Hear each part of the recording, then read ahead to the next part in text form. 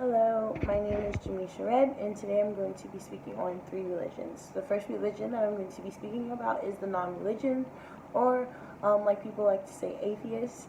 Atheists believe that once upon a time that there was a big bang, and then all of a sudden human life creation was made. Now, atheists do not believe in gods, nor do they believe that they have to follow somebody as well. They believe that once you die, and there is no other place that you are really going to go to. Muslims, on the other hand, believe in Allah, which is known as God.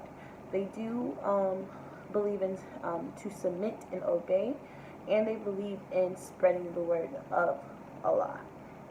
A lot of the time, you'll see everyone's name is Muhammad, or you'll see women wearing scarves. They believe that only the man should be able to see who they truly are. The last thing I'm going to be talking about is Buddhism. Buddhism is mainly in the Asian community. They're separated into three different categories. It was a long tale, or actually happened, that Buddha lived in a temple of all peace. He was living in the best life. It was because his father was trying to protect him. Now, one day, Buddha left from the temple and saw what the world was truly. Now, he went to a tree, sat under the tree, and did meditation for, I believe, 37 days. Now, once he got out of this meditation, he saw the light and saw that, okay, things need to be different. I need to change. Buddhists don't believe in a God, but solely a man. They believe that a man can help them, and they believe that them themselves can actually help them out of the predicament that they are in. Now I'm going to speak on the values and morals. For non-religious people, it's really kind of simple with atheist people. They believe that what they have seen from humans is what they will intake. So it's just like whatever I've been told, I will believe. They do not believe in afterlife. They don't believe in gods. They believe in governments. They believe in... and a lot of the times it's kind of different with atheists, because some of the atheists will go on the more scientific side, and then you have the atheists who are just completely blunt. Life is life, death is death, and that is it. There is no middle ground. Now, Muslims, on the other hand, all that's been done is for Allah, which in their case is God. For the Islam, it is more of, it's not like a cult almost, but they are binded together very strongly. More than Christians and more than Catholics, they are very bonded together as a nation. They do things together. They believe in prayer 5 times a day. Fasting. They believe in fasting as well. So there's a lot of things that go into it that we as Christians would not do. Now, Buddhism, on the other hand, they believe in that they believe that people who believe that life is permanent, it's not. It's unperfect, which is a very great way of thinking. They believe that them themselves can change whatever is going wrong, that we can change our life and we do not have to wait on a God to change our life, which is a very different way of thinking. They believe on self-taught. They believe on themselves. They believe if something is wrong, then I can change it. And a lot of the times you'll have religions that just truly and solely only believe in that, okay, I did something wrong. Let me pray and let me wait. Now, Buddhism is completely different. They believe that if I did something, I'm going to fix it. Lastly, the thing I'm going to be talking about is the shared government and policies. Now, for the Islam and Buddhism, they're kind of almost, if you're going towards the government side, they kind of do relate to each other. They believe that government and religion should be separate, that it's just that money shouldn't be dealt with God. Now, atheism is kind of different on the other side, because they believe in this stuff, so whatever is being presented to them, they will believe. So anything that's going towards the government is okay. The last thing that I wanted to talk about is just from a Christian perspective, that looking at all these different cultures, it for some of them they do all remind me the same, because I have taken a religion class, and it's based on there is a higher person and then there are leaders. For me, I truly believe that we do all originate from the same. It's just that there's things that can be combined there, and there's ways that, okay, we can listen to this group of people, or they can listen, and then there's some just that there's some views and ways that I just don't agree with. I do, in my opinion, I love Buddhism, but I just don't love the fact that they rely on man.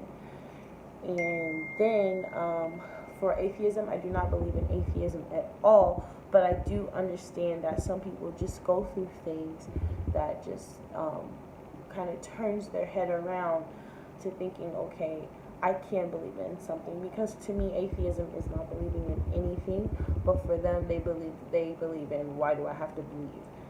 Which is that's their opinion. My name is Jenny Charette, and I really do hope you like this presentation.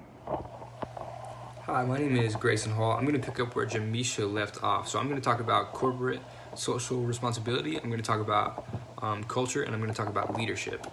So corporate social responsibility is actually kind of self-explanatory. It refers to the responsibility that a corporation or company has towards society. And so that could refer to towards people, towards a certain people group, a marginalized people group, towards the environment, because that affects all of society as a whole.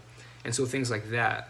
Corporate social responsibility nowadays is very important because consumers pay attention to it. So consumers will even pick companies based off of how they interact with society. So whether they're good towards society or they have a negative impact on society.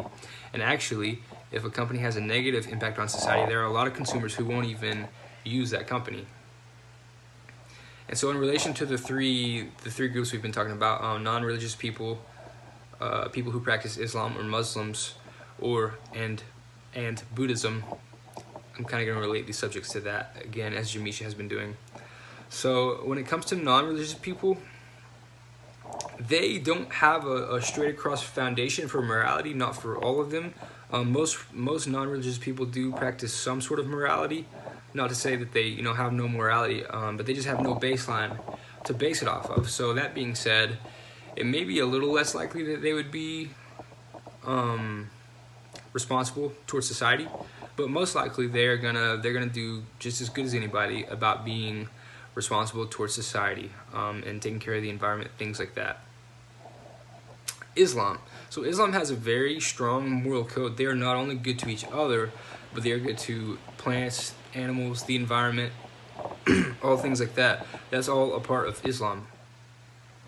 And so practitioners of this religion are likely going to have a strong sense of responsibility towards society because they have this strong moral code ingrained in their belief system. So they're going to be good to the environment and all of these things.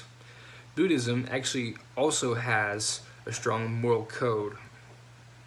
They seek the middle way, so there's asceticism and then like hedonism, so they kind of go between that and try to find a middle ground. But they do have a strong moral code, so they likely would also be good as far as corporate responsibility goes. All right, the next topic, culture. So the culture of a company has an immeasurable impact on everything that the company does, and especially on the ethics of a company. So culture encompasses the values of the people in the corporation, the values of the corporation as a whole. It encompasses how people in the corporation communicate, and it encompasses their beliefs and things like that. So culture, first and foremost, is derived from values. But a positive culture doesn't happen by accident. It happens as a result of what leadership promotes and what it allows. So which of these religions is gonna promote the best culture? So non-religious people, they come from a bunch of various cultures. So you can have non-religious people from America, you can have them from Asia, from Europe, or wherever. And so it's hard to really determine a specific culture for them, and it's hard to really determine how they're going to interact with organizational culture.